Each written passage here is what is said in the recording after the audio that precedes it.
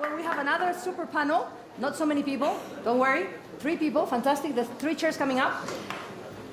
Also about smart mobility, of course. Over the years, we have seen many groundbreaking announcements regarding autonomous cars, from companies like Ford, Tesla, to Audi. But many questions in the world of autonomous vehicles remained unanswered. How will autonomous cars make ethical decisions? How will cities, streets, and parking change? Etc., etc. To give us some light on the subject of autonomous vehicles, we have with us, as a moderator for this talk, the Operations Director at Cintra, which is one of the leading private developers of transport infrastructure in the world. Let's welcome, please, Nicolas Rubio. Nicolas, please, the stage is yours. Thank you. Round of applause. Take the far left. Thank you. That's Nicolas. Okay, he has 2 fantastic guests. The first one is Reno Marioni, who up to 2 weeks ago, this is prime news, okay, was product and service innovation leader at BMW, and now is consulting with companies in the autonomous and connected car space. He's going to tell us a bit more about what he's doing, so welcome Reno Marioni. Thank you, Reno. And the next one. Thank you. And our third guest is the founder of FAIR and founder and former CEO of TrueCar, and he's Scott Painter. Welcome, Scott. The stage is yours now. Okay. Thank you, Nicolas. Thank you very much, and welcome everyone. I would like to start the discussion. We have 20 minutes, and I would like to start the discussion asking Scott and Reno about their backgrounds and their experience with the autonomous car industry. Please, Scott. Sure. Well, first of all, thanks for having me. So my name is Scott Painter, and I've been in the electronic automotive space for the last 25 years. I've founded a couple of public companies, namely CarsDirect.com and TrueCar, both of which have really had, I think, a big impact on how people shop for cars. Today, TrueCar sees over 5% of all new cars in the US originate on the TrueCar platform. We publish what everyone else paid for their car, creating a lot of transparency in that marketplace. Cars Direct was the first company to put an upfront price on a new car on the internet. And so I've spent a lot of time trying to figure out what's next and how our modern shopper is going to go to market. I tend to get asked a lot about sort of autonomous cars, but I think where I'm focused is much more on the experience, and I'm thinking more about how autonomy is going to affect ownership. So I've got a new company called FAIR, and what we're focused on at FAIR is providing consumers with more of a subscription to the car as a service. A way that you can use technology to give you access to the car without the long-term commitment in a way that's much simpler and also more cost-effective. And I think that there is just so much interest in how autonomy, ride-sharing, and these technologies are really affecting ownership that's where I've been really spending a lot of my time. And so what we've really been focusing on is an app that leverages digital technology, mobile adoption, that gives a customer the ability to basically turn the entire market for cars that are for sale into a monthly payment that is an all-in monthly payment that includes insurance, maintenance, repair, and ultimately fuel, so that there isn't any of the complexity. It just is about making it as simple as possible and bringing the cost down. So sort of an iTunes account for your car, if you will. But that's my background and where I spend most of my time. So just one question on that before entering into the question of autonomous or not autonomous. What is the impact in the cost of using a car that the introduction of your model you estimate is having? Yeah, I think that the reason why autonomy matters so much to what I do and to where we're spending our time is that there is a theory behind autonomous cars that if the cars are sort of robo-cars being directed from the cloud, that there will be no more argument for vehicle ownership, and therefore life just becomes you step out, get into a car that picks you up and takes you to your location, sort of worry-free. I think that's a very idealized future. You've got almost 1.4 billion cars on planet Earth. You've got huge markets. The overall addressable market for new and used cars, which includes insurance, maintenance, repair, and fuel, is about a $10 trillion annual market. It's one of the biggest categories of all. And it does not matter whether the car in your driveway drives itself or partially drives itself. Somebody, even if you're taking an Uber and the Uber is driving itself, there's no Uber driver, if you will. Somebody owns that car. Somebody has to maintain that car, insure that car, refuel that car, accessorize it, all of those things. And so we think that ownership is fundamentally shifting to basically reflect that reality. But I think that what we are seeing clearly is that, with autonomy, cars are going to be a lot safer. There are lots of cost savings in that overall ecosystem. If you think about where Americans and people in general spend their dollars as mobility, if mobility is really sort of looked at as a budget, we spend about 14 to 14.5% of our total gross income on mobility as a category. So if you make, let's say, and I'm going to use US numbers, but if you make $100,000 a year in the US, you're driving a $50,000 car. If you make $50,000 a year, you're probably driving a $25,000 used car. So a car is about half of what the average person makes, and that's true pretty much everywhere around the globe. But if you're spending 14% on mobility, we know, for example, you are spending about $1,100 or $1,200 a month on mobility as a category. 50% of that is the car itself. So again, starting with income as the rubric, we know that if you make $100,000 a year, you're spending about $600 to $650 a month, rough justice, on the car. And then you're spending another $600 or so a month on all of those other things. So that's the current state of play. We think that we can bring those costs down through a better user experience, a simpler user interface, sort of everything consolidated into one simple app, one simple way to sort of manage that expense.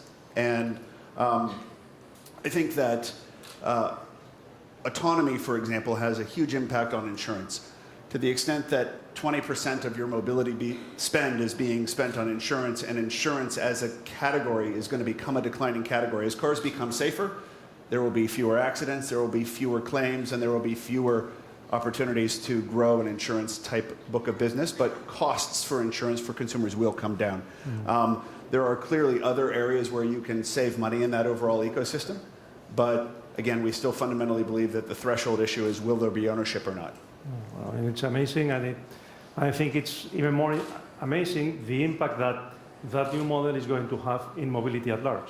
But before going there, Reno, why don't you tell us about your background? I think it's very interesting that you've been up to 2 weeks ago with a very large car manufacturer. I think car manufacturers are seen as heavily affected by the introduction of the autonomous car. So what's your view and your background on this? Yeah, so first of all, thanks for having me here. It's great to be here. For the past decade, I come from San Francisco, but I'm living and working in Germany for the last few years. My background in the connected car and the car space has been working at HERE, the spin out from Nokia, the mapping unit that powers 80% of the world's car mobility. You'll see this in taxis and everything around that. So I focused and built the product, the platform, the mapping platform, the navigation platform, the intelligence platform for driving a lot of mobility needs for cars, drones, etc. And then the German car consortium, Audi, VW, BMW bought the HERE asset. So I went over to BMW to lead product. So I was former director of products and services in BMW Innovation, driving the connected car. And this is really focusing about a lot of parts about mobility. I'll talk about the kind of shift from the car manufacturer OEM point, but I think the biggest shift is focusing on is just the general major changes in the shift in the way people move in mobility. And so this has really been focusing on 4 different kind of key trends. One is the electrification of cars. The other is about cars becoming much more connected, in the sense that you're connecting your home to your car to looking at how do I get from A to B. Then you're looking at shared cars, from car ownership to car shared, and then finally to the autonomous cars. But general, this is really looking at how people move and how people get from places from A to B. So I've been focusing on that, and now I'm doing an agency that's looking at high growth, high growth companies as well as big companies, other investors to help on product innovation and strategy and helping kind of people grow in this space. So moving into that discussion now, my background, I'm coming from the infrastructure world. I work for a highway developer.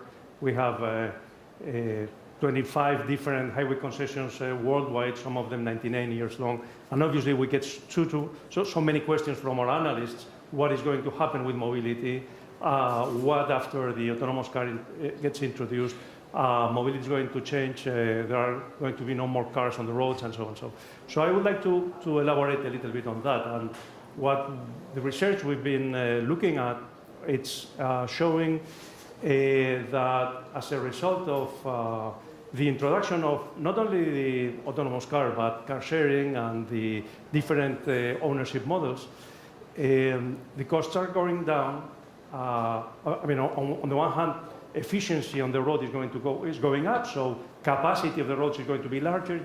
The same lanes will have room for more cars, but on the other hand, as costs are going down, and it will be easier for people who today are not using the car to use cars, elderly, children, disabled.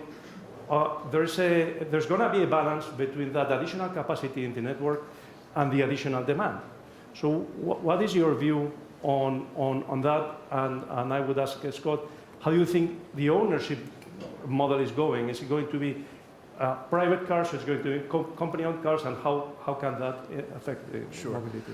Yeah, we were talking about whether or not in urban or rural markets ownership is going to go to a more consolidated or a corporate ownership model where consumers are really using the car that they need when they want.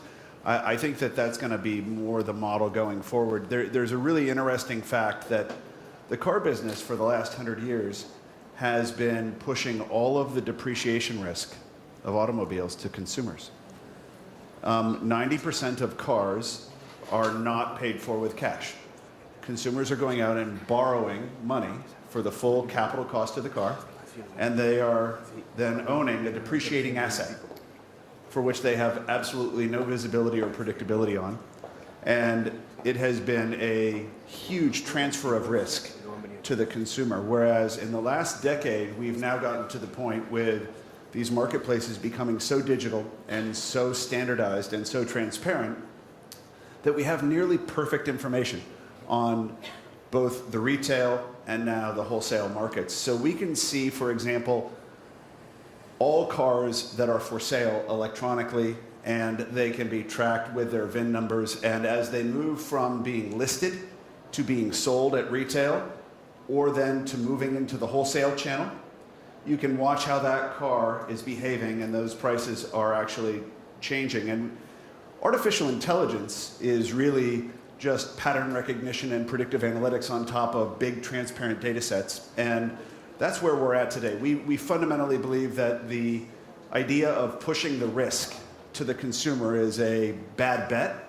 It only introduces potential credit risk and default versus the real issue is what can people afford on a cash flow basis. And so given that we're already in a state where leasing has become a very, very dominant sort of ownership construct where consumers don't actually own the car. They're effectively renting the car, paying for depreciation, but the trick is they're not actually financing the full capital cost of the car, which brings down their monthly payment. So the real benefit to the consumer of leasing has always been more car for less money.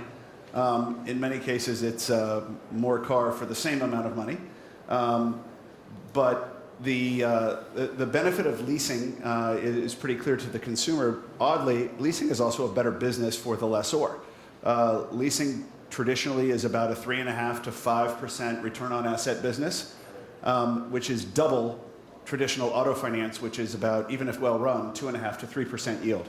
So you've got, I think, a good business rationale for leasing becoming more dominant, and I think you've got a very good rationale for consumers getting out of this depreciating asset business. The only cars that consumers should really want to own is an appreciating asset, a car that's going to hold its value, a classic or something that might be unique or in very low supply. So what really is going to be the bigger question is, are there willing participants companies that are willing to step in and corporately own vehicles.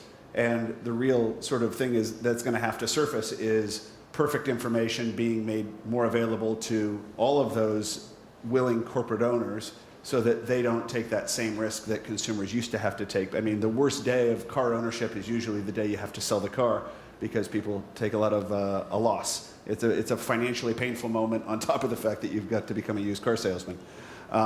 So corporate ownership models, I think, are going to become much more prevalent. It's certainly where we're focused, but I don't think it's just going to be fair. I think that in general, the idea of consumer credit is probably a very big disruption that's going to occur as a result of technology. Yeah, thank you. And that's very, very relevant for mobility because depending on the ownership model is going to impact the number of cars on the road.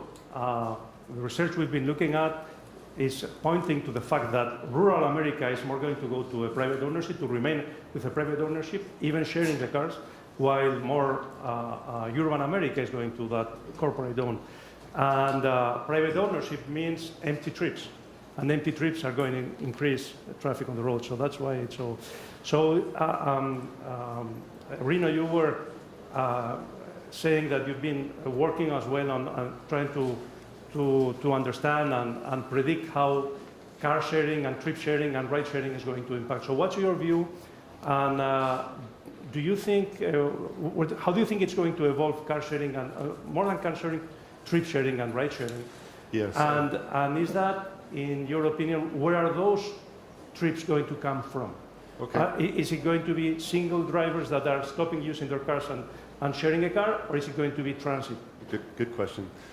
No doubt that every car OEM on the planet right now, this is a multi-trillion-dollar industry, is recognizing the shift from ownership. And there's different models of ownership, leasing, car sharing, ride sharing, carpooling, multiple you described.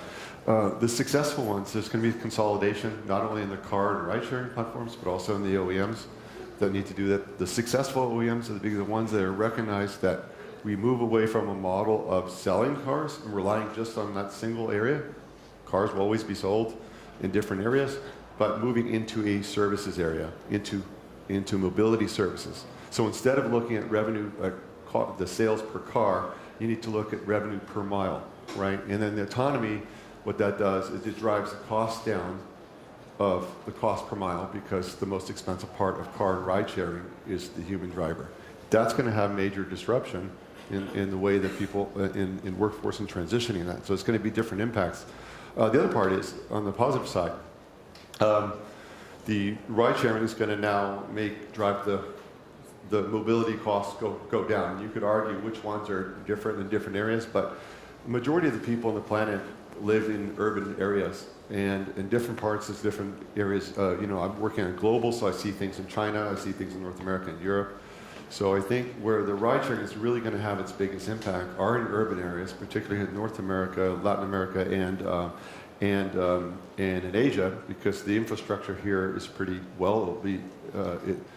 It will be there, but I think that's going to change. Now, as far as congestion goes, ride sharing you're looking at is really, by having one person in a car, but now if you could optimize the mobility solutions in order to pick up fewer drivers, then it makes it much more affordable. So if you're in a developing country and you need to have some other mobility areas, now you might be doing much more into having more people in there. The other part is, a car, as you were saying, Scott, is a greatly depreciating asset. Your car is only used 5% of the time. 95% of the time, it's just sitting on the road. Now, if you're able to do the ride sharing, now you have a lot less space in congested cities like San Francisco and others, where you have maybe opening up new lanes and not having cars sitting on a road, just not being underutilized. So this could have impact on change of congestion, and of course, you need to have multiple riders in order to reduce congestion because it's about getting fewer cars on the road. So there's impacts to safety, costs, accidents, convenience, all those aspects are going to be doing it. So I think the first phase, the autonomy is going to become a little bit later, but all the ride-sharing companies, and there's a lot of different companies in North America, it's obviously Uber and Lyft are the predominant ones, they're moving, embracing an autonomous future, partly for that reason. The counterintuitive aspect of that looking at the data, is that actually what data are showing is that those additional trips are coming from transit rather than single car drivers. That's what we're seeing in America. But transit's being disrupted because transit is not always efficient, go to the places that you need, is not always reliable, Absolutely. and the convenience Much of better. on your phone. Cost goes down, and then. Right. Or from So, Scott, what's your view on that? Well, it's interesting. One of the real arguments behind ride sharing was always distributed ownership. The capital expenditure required to own all the cars for Uber drivers, Lyft drivers, or any of these autonomous fleets, if they go to full autonomy, is untenable. I mean, even recent announcements where Uber is getting out of the leasing business, which it entered to put more drivers on the road. They had good access to equity capital at a low cost, so they went out, they bought a bunch of cars, and they started leasing them to drivers to get more drivers on the road. And in a very short period of time, they put a lot of drivers on the road, but they completely violated their initial premise, which is to share those vehicles that other individual owners have already invested in and used their own capital for. So there is a real dilemma that we're sort of now facing.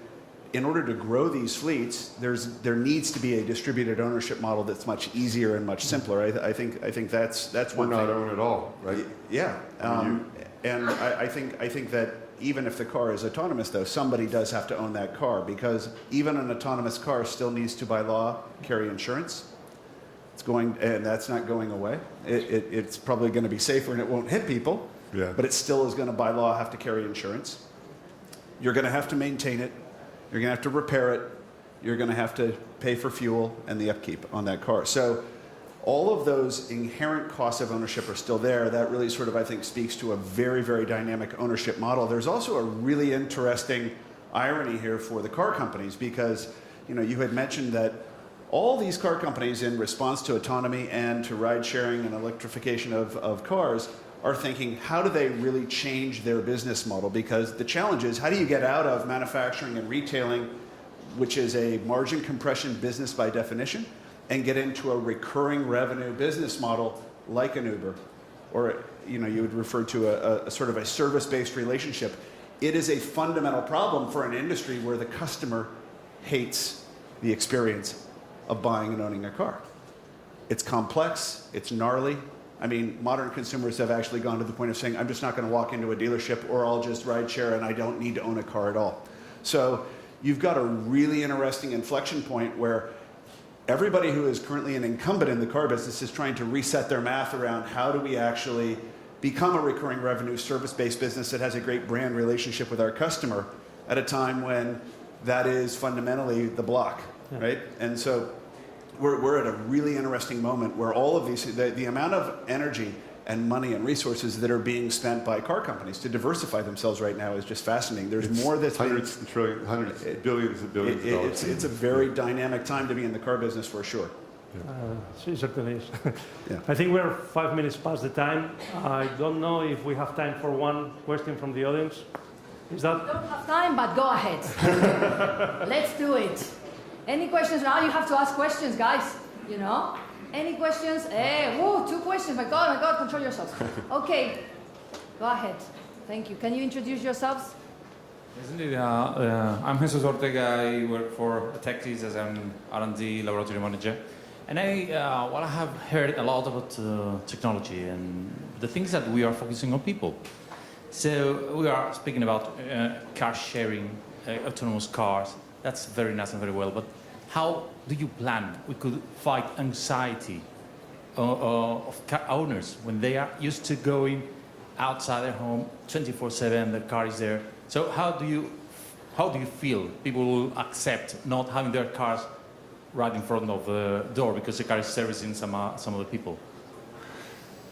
You're not talking to me. Yeah, I think, there's going to be people that love to drive, want to have their own car, and they'll need to have that. And then there are others that, that don't want to have all the hassle of that. And, ordering a service to your door is very easy and convenient.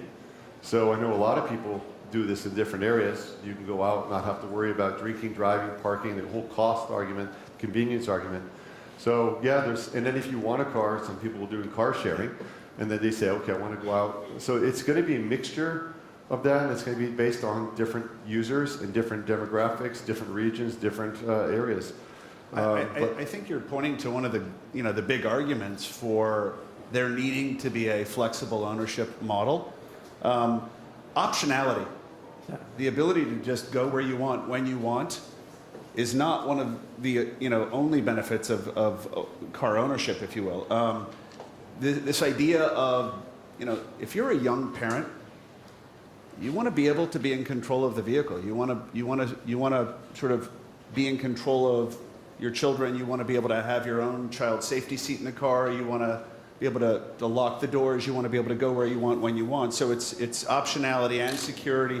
There's a very big dimension, and this is especially true in emerging markets, around status.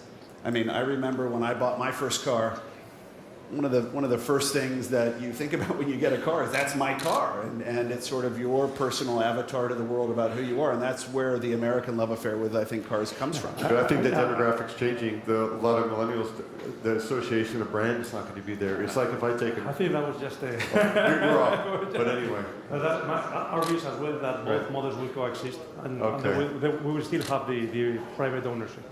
Okay. Thank you very much. There was another question, yeah? Go ahead. Hello, this is Jesus Echarri from Improving Metrics. Is it possible to think about how the autonomous car will impact in other fields, like airlines company, taxis company, postal service company? I mean, if I had a level 5 autonomous car, I will not need to take a flight for short times, or I could deliver my own packages to my customers. Is it possible to think on how can this impact in other fields? Thank you. Thank you. Yeah, I think different phases of autonomous vehicles will hit in certain areas. Of course, there's going to be the 24/7 robo-taxis. There's going to be fleets, delivery, logistics area. You're seeing this not only in cars, but you're now seeing this in shipping industry. You're seeing this with other kinds of forms of delivery. So the autonomy part will just, look for different models on that side. Scott, you might want to add to that too. You're by far the expert on when that stuff is coming. I think it's exciting though that the car in your driveway is going to be a lot safer. I agree with you. I think the idea that it can be doing lots of other things that are going to affect our lives is a positive thing. Yeah, I think level 5, this level 4 and level 5. Level 4 is the kind of the hybrid ability where you could just say I'm not going to drive and it just drive itself, and the other parts that drive. Level 5 is full autonomy, and then you look at designing what is the car of the future going to look like without a steering wheel, and then you're going to see what are the use cases there, and you described a few of those use cases, right? There's going to be some fleets, rental car, robo-taxis, some logistics, trucking. The trucking industry is going to be one of the first movers here in doing that, and then people, I think the ownership of autonomous cars will be a different pattern coming a little bit later. Yeah, just to add on that, the impact we see happening is when costs of car sharing or riding a car are going down, then obviously there's going to be an increase of the usage of the car, and we have seen that in the past. We have seen something similar happening in the area of Indiana and Chicago after the crisis when the air traffic went down. However, the oil gas the oil cost was going down, and we saw cars increasing. So you do have that. There's elasticity to the cost of using a car, and as costs go down, and it's easier to use a car, and you can devote your time to doing other things than driving. There's going to be an increase in long trips in cars. I think that. Okay. Are there any more questions? Good, because there's no time. So please, thank you, Nicolas Rubio, Marioni, and Scott Painter. Thank you. Thank you, everyone. Just leave the chairs. Yes. You can go. Well, you can stay if you want, but here, please.